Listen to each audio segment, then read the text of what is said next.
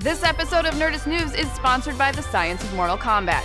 Ben Affleck finally reveals why he's done with Batman. Turn off the bat signal, Batfleck fans. It's official. Ben Affleck's tenure in the DC cinematic universe is over, and now we know why. There had been whispers ever since 2017's disappointing Justice League movie that Affleck would be hanging up the cape and cowl, but with no definitive word on where his Batman stood.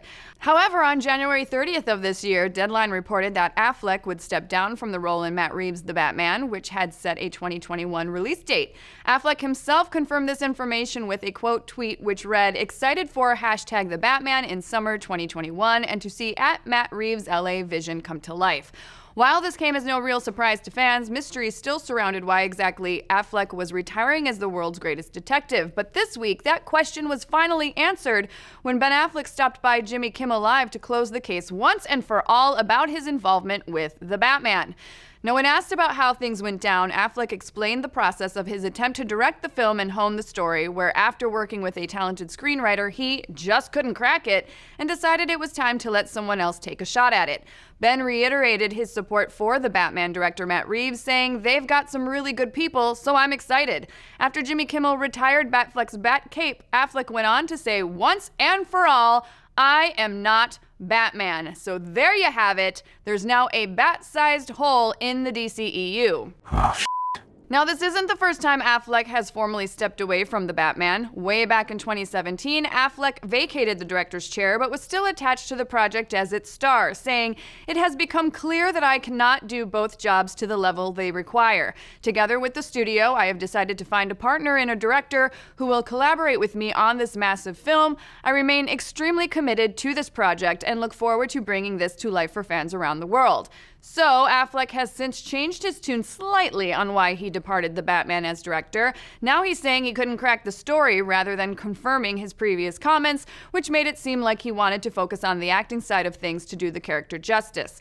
Affleck's Kimmel statements just go to show that these massive superhero studio projects take a very long time to develop, and things are constantly changing. And it's like they say, either you die a Batman, or you live long enough to get giant back tattoos. I can't even say it without laughing.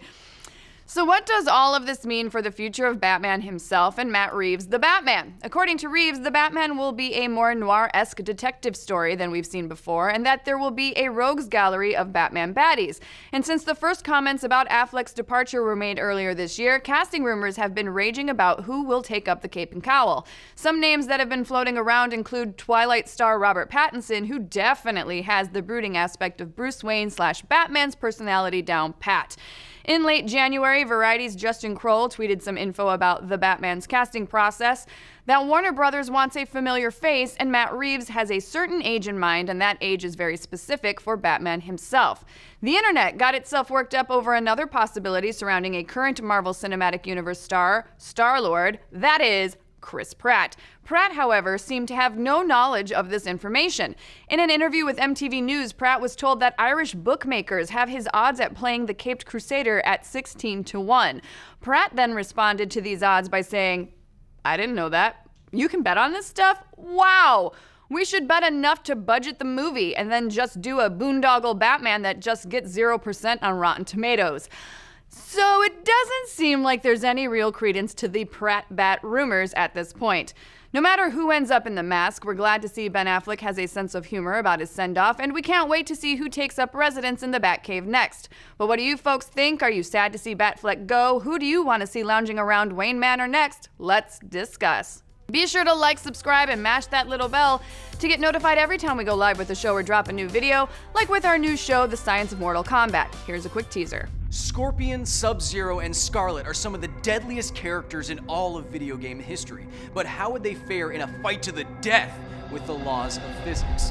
I'm Kyle Hill. Join me, my experts, and a legion of minions ready to do my science-y bidding as we test fatalities, brutalities, and realities in the science of Mortal Kombat.